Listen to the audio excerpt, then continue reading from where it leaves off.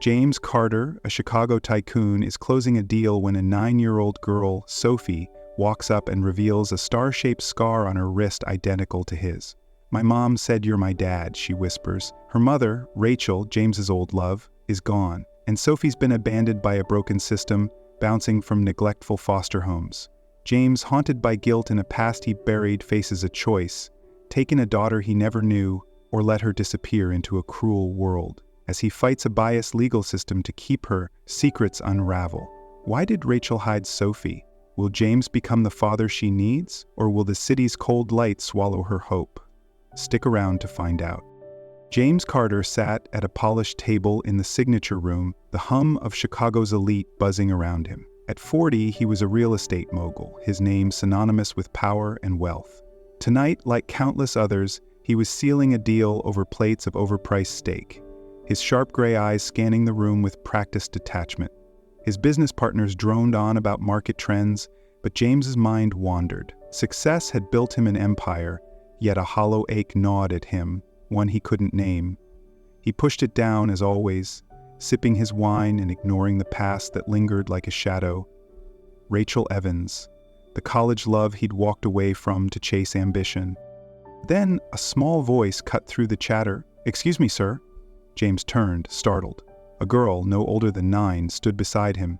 Her curly brown hair was tangled, her faded dress out of place among the tailored suits. Her warm brown eyes locked onto his, nervous but determined. She hesitated, then lifted her wrist, revealing a small star-shaped scar. James froze. He knew that scar, his own, from a childhood accident, mirrored hers exactly. "My mom said if I ever found someone with this scar," the girl whispered, "he's my dad." The words hit like a freight train. James's grip tightened on his glass, his pulse racing. The room's buzz faded, his partner's voices a distant hum. "What's your name?" he managed, his voice low, controlled. "Sophie Miller," she said, clutching the hem of her dress. "My mom was Rachel Evans. She's gone now." Rachel. The name cracked open memories James had buried deep. Her laugh, her fierce spirit, the way she'd loved him despite his flaws. He'd left her, convinced love would hold him back.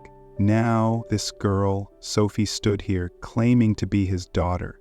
His first instinct was doubt. Was this a scam, some desperate ploy? He'd seen enough con artists in his world to suspect the worst. But those eyes, so like Rachel's, and that scar, they were no coincidence. "Who told you to find me?" James asked, his tone sharper than intended. Sophie flinched, but held her ground. "Mom. Before she got sick, she said you were important, that you lived in a big city. She gave me this." She pulled a crumpled photo from her pocket, a faded shot of Rachel, younger, smiling, with James's arm around her. His chest tightened. It was real. "Where are you staying now?" he asked, softening his voice. "With Mrs. Clara, our neighbor," Sophie said. "But she's old and I can't stay forever." Her voice wavered, betraying fear she tried to hide. "They sent me to a foster home before, but I ran away. They weren't nice." James's jaw clenched. Foster homes. He'd heard stories. Kids shuffled through a broken system, neglected, sometimes worse. The idea of this girl, his daughter, enduring that sparked something unfamiliar in him. Anger mixed with guilt. He glanced at his partners, their curious stares reminding him where he was. This wasn't the place for this conversation. "Come with me," he said, standing abruptly. Sophie hesitated, then nodded, her small hand clutching the photo. James signaled the waiter to close his tab, ignoring his partner's questions. He led Sophie through the restaurant, her steps quick to match his long strides. Outside, the city's pulse thrummed, cars honking, lights flashing, but James felt detached, his mind spinning. In the elevator, he studied Sophie, her worn sneakers, her too small dress. She didn't belong in his world of penthouses and private jets. Yet here she was, a piece of his past, staring back at him.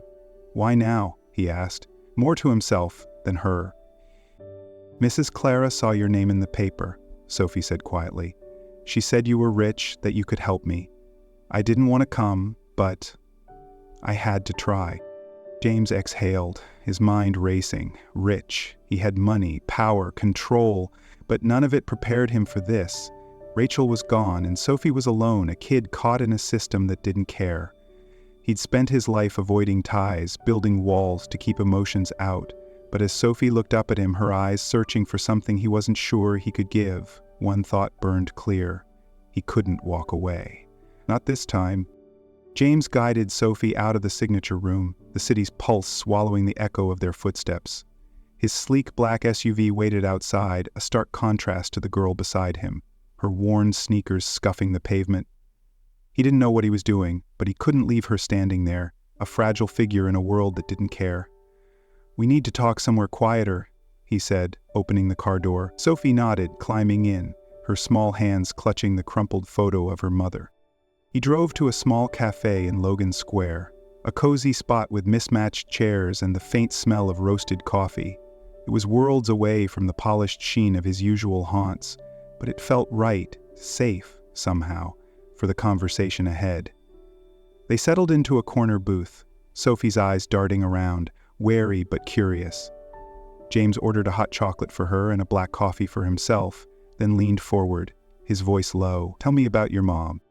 Sophie's fingers traced the edge of the photo. "She was kind. She worked 2 jobs, cleaning houses, waitressing. We didn't have much, but she made it okay.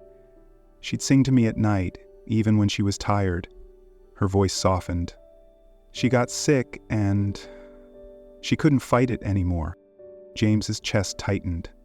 Rachel, he remembered her fire, her stubborn pride.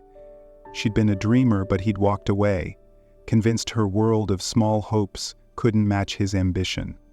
"Did she ever try to find me?" he asked, almost dreading the answer. Sophie nodded. "She said she called, wrote letters, but you never answered. She stopped trying because she didn't want to beg." The memory hit James like a punch. His parents, old money aristocrats, had always disapproved of Rachel. "She's beneath you," his mother had said, her voice dripping with disdain. He'd later learned they'd screened his calls, deleted emails, even sent Rachel a letter warning her to stay away. They'd called her a liability, a nobody who'd drag him down. The injustice of it burned now. Rachel, a single mother, dismissed because she wasn't born into wealth. He clenched his fists under the table, guilt clawing at him. "I didn't know," he said, his voice rough. "I should have." Sophie looked at him, her brown eyes, so like Rachel's, searching for truth. "She didn't hate you. She said you were busy, that you had a big life." Busy. The word stung. He'd built an empire, but at what cost? "What happened after she passed?" he asked. Sophie's gaze dropped. "They took me to a foster home. It was crowded, loud. The older kids took my stuff and the grown-ups didn't care. They locked me in a room once for crying too loud." Her voice trembled, but she straightened, as if ashamed of her fear. "I ran away to Mrs. Clara. She's nice, but she's old. She can't keep me." James's stomach churned. A child. His child. Locked in a room, abandoned by a system meant to protect her. He'd read about foster care failures, but hearing it from Sophie, seeing the quiet strength in her small frame, made it real. The world he lived in, with its private jets and penthouses, was a universe apart from hers, yet here she was, her existence a bridge he hadn't asked for. He leaned back, his mind a tangle of doubt and duty. Part of him wanted to call his lawyer, hand this off, keep his life clean. He wasn't built for this. Fatherhood, mess, emotions. But Sophie's eyes held him captive, pleading not for pity, but for a chance. He thought of Rachel, raising Sophie alone, fighting a world that turned its back on her. He'd failed her once. Could he fail her daughter too? "I have a place in Winnetka," he said, the words spilling out before he could stop them. "You can stay with me, for now." It wasn't a promise, not yet, but it was something. Sophie's eyes widened, a flicker of hope battling her fear. "You mean it?" He nodded, his throat tight. "Yeah." The drive to Winnetka was quiet, Sophie staring out the window, her hands folded in her lap.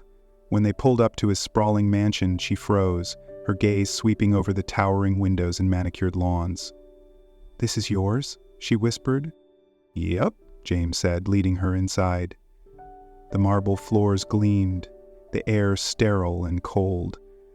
Sophie hesitated at the threshold, her sneakers squeaking as if afraid to mark the perfection. She hugged her arms, looking small against the vast foyer. "I won't touch anything," she said softly. James frowned. "You don't have to worry about that. This is..." He paused, searching for the right word. Home? It had never felt like one. "It's just a house." Sophie nodded, but her eyes betrayed her. She didn't belong here and she knew it. James watched her, the gap between their worlds stark and unyielding. He'd spent his life climbing, leaving people like Rachel and Sophie behind. Now, one of them had found him, and he wasn't sure he could keep running. The morning after Sophie's arrival, James stood in his pristine kitchen, staring at a carton of eggs like they were a puzzle he couldn't solve. His Winnetka mansion, with its marble counters and stainless steel appliances, felt more like a showroom than a home. Sophie sat at the island, her small frame perched on a stool, watching him with cautious curiosity. He'd never cooked for anyone, his meals were delivered or eaten at boardroom tables, but something about Sophie's presence pushed him to try. "Breakfast," he announced, cracking an egg. It sizzled in the pan, then burned, the acrid smell filling the air. Sophie giggled, a sound so light it startled him. "You're doing it wrong," she said, hopping off the stool. She grabbed a spatula, her movements sure despite her size. "Mom taught me. Low heat and you wait." She showed him how to toast bread, her voice soft as she recalled Rachel's lessons. "We'd make sandwiches when we couldn't afford much else. Mom said bread was magic. You could make it anything." James watched her, the ache in his chest growing. Rachel had turned scarcity into love, while he'd spent years chasing excess. He followed Sophie's lead, and soon they had a plate of slightly charred toast and passable eggs. They ate in silence, but when Sophie smiled, the wall between them cracked, just a little.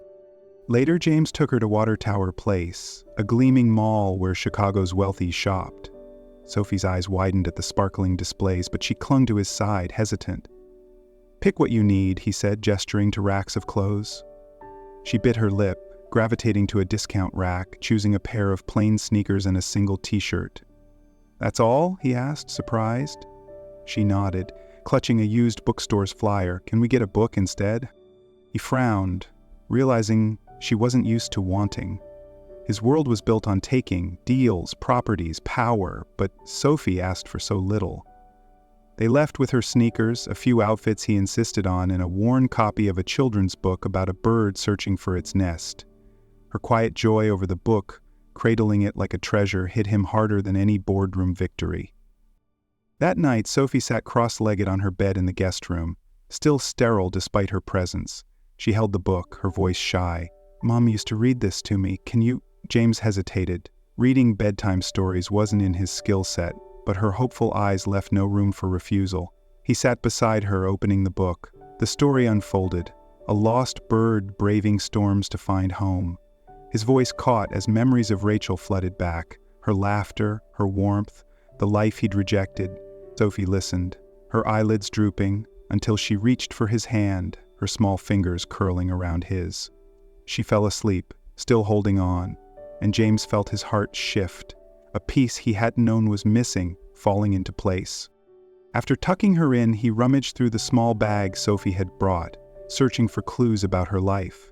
Tucked inside was a folded letter, the paper yellowed and worn. His breath hitched as he recognized Rachel's handwriting. "James," it began, "I tried to tell you about Sophie. I sent emails, letters, called your office. Your family made it clear I wasn't welcome.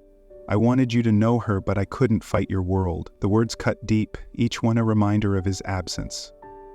Rachel had fought alone, raising their daughter in a world that offered her no mercy, while his parents had buried her attempts to reach him. Fury surged. He drove to his mother's Gold Coast penthouse, the city's lights blurring past. She greeted him with her usual icy poise, but James didn't hold back. "You kept my daughter from me," he said, voice low, trembling. His mother didn't flinch. "Rachel was a mistake," she said. "A girl like that with nothing? She'd have ruined you. We protected your future." "Protected me?" James snapped. You left a child to fend for herself. You judged Rachel because she wasn't rich, and Sophie paid the price. The truth sank in. His family's wealth had built a wall, not just between him and Rachel, but between him and his own daughter. Rachel had been dismissed, her love and struggle reduced to a class she couldn't escape. Sophie's life, her foster home horrors, her fear of being unwanted, was the cost of that arrogance. He left, his mother's silence ringing in his ears. Back at the mansion, he stood outside Sophie's room, watching her sleep. She deserved better than a system that failed her, a world that saw her as less. He didn't know how to be a father, but for the first time, he wanted to try. For Rachel, for Sophie, for the man he might still become. James sat in his home office, the weight of his decisions settling over him like a storm cloud. Sophie was his daughter. He felt it in his bones, in the way her smile echoed Rachel's, in the scar they shared. He wanted to make it official, to give her a home, a name, a future. But the world didn't bend easily, not even for a man like him. 2 days after finding Rachel's letter, a knock at the door shattered his resolve. A social worker, Miss Hargrove, stood on his doorstep, her clipboard a silent threat. "Mr. Carter," she said, her tone clipped. "Sophie needs to return to foster care. You have no legal claim to her." The words hit like a slap. James glanced at Sophie, who stood frozen in the foyer, her brown eyes wide with panic. "No," he said, stepping forward. "She's my daughter." Miss Hargrove's expression didn't soften. "Without proof, DNA, documentation, the state prioritizes the child's best interests. A single man with no parenting experience doesn't qualify." Her words dripped with judgment, as if his wealth and status made him less human, less capable. James's fists clenched. He'd faced boardroom battles, but this was personal. A system daring to take Sophie away. Sophie's voice broke the tension, small but trembling. "I can't go back there." She hugged her arms, her gaze darting to James.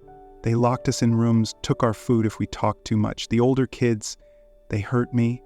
Her voice cracked, and James's heart shattered. He knelt beside her, his hand on her shoulder. "You're not going back," he promised, his voice fierce. "I won't let them." Hargrove sighed. "You'll need to go through the courts, Mr. Carter. It's not up to you." She left, her warning hanging in the air like a guillotine.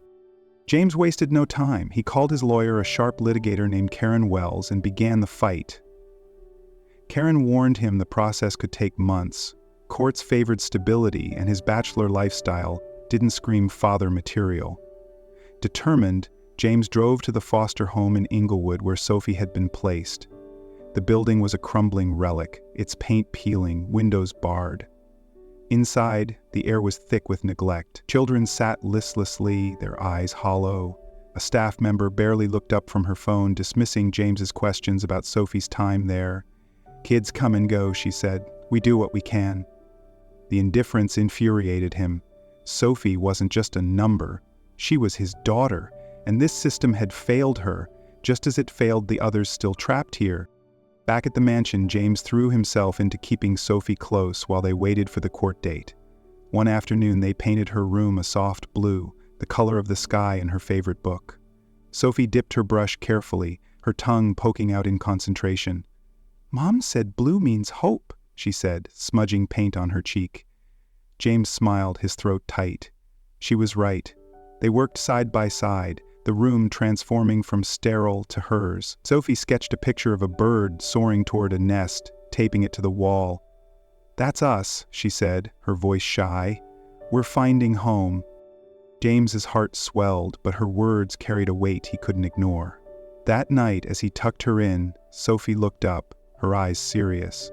"Are you my dad now?" The question caught him off guard, raw and unguarded. He swallowed, his voice thick. "Yeah, Sophie, I am." She reached for his hand, her small fingers trembling. "Don't let them take me away, Dad."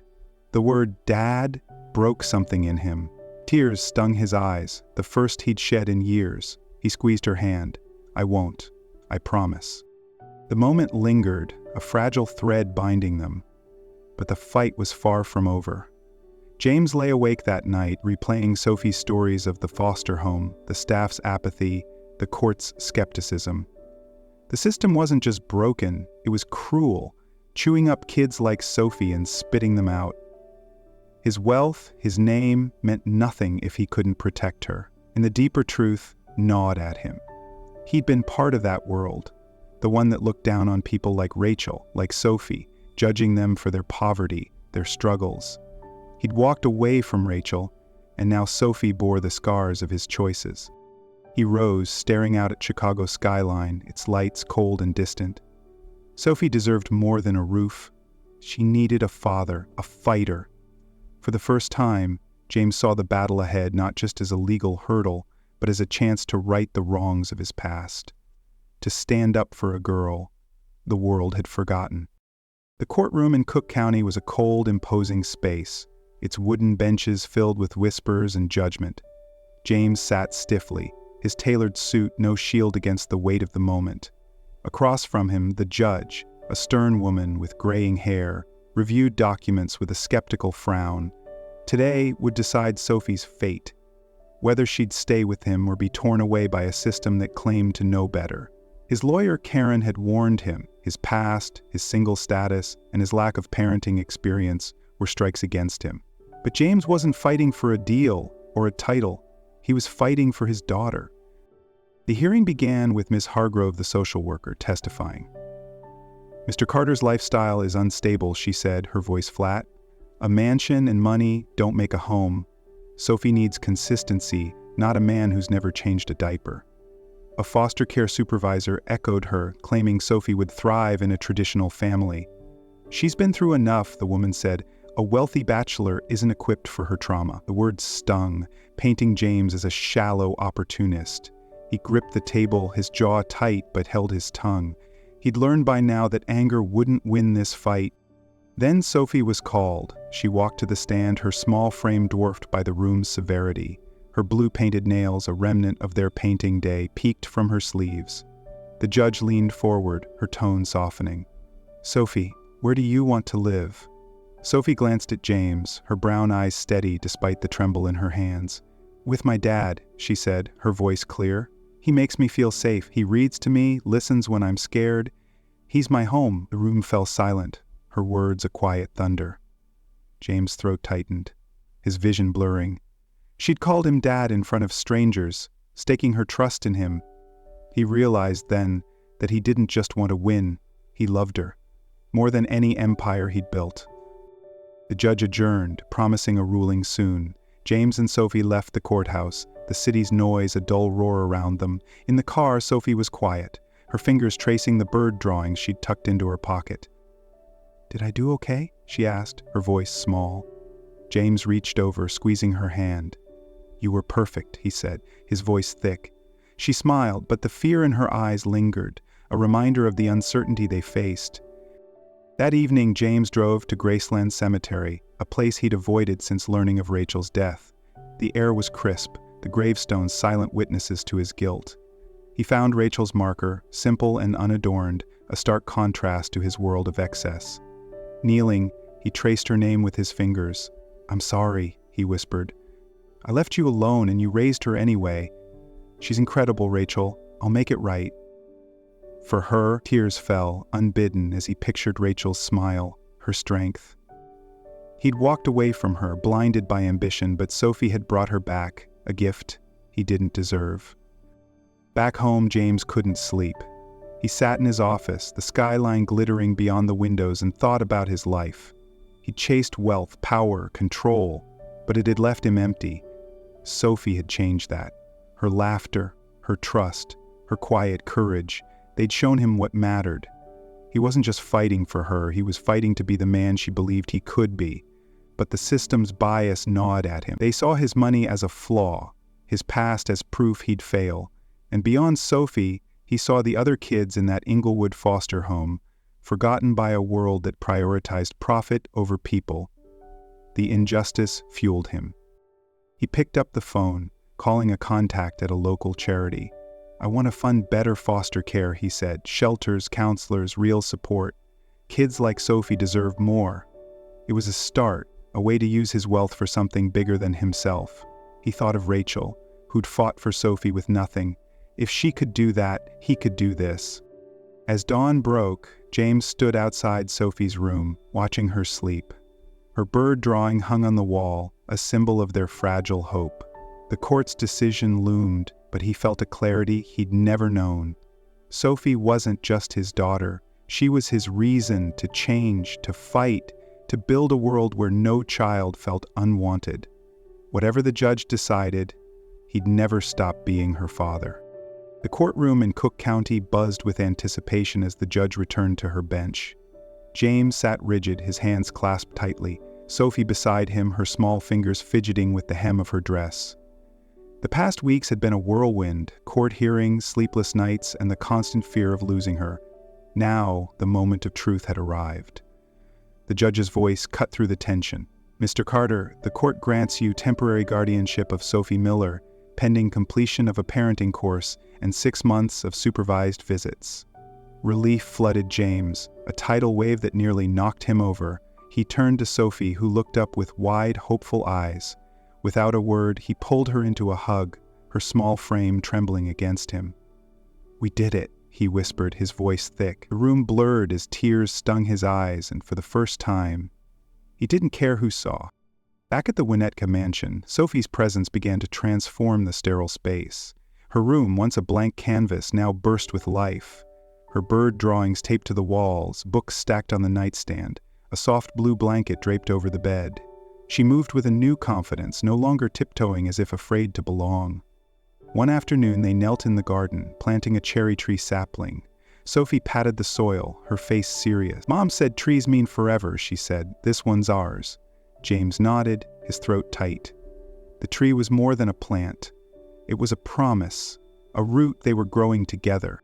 Each night James read to her from the bird book, its pages worn from Rachel's hands. Sophie listened, her head resting on his arm, her breathing slowing as she drifted to sleep. These moments, simple yet profound, anchored him. He'd spent his life chasing deals, but nothing compared to the quiet victory of her trust.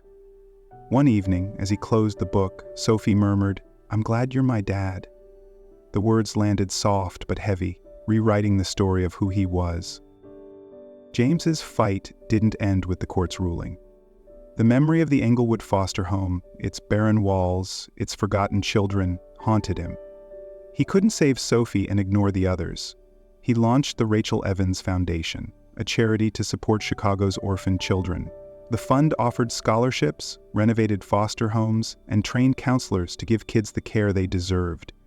He invited Mrs. Claire, Sophie's kind neighbor, to join the board, driving to her modest Logan Square home to thank her.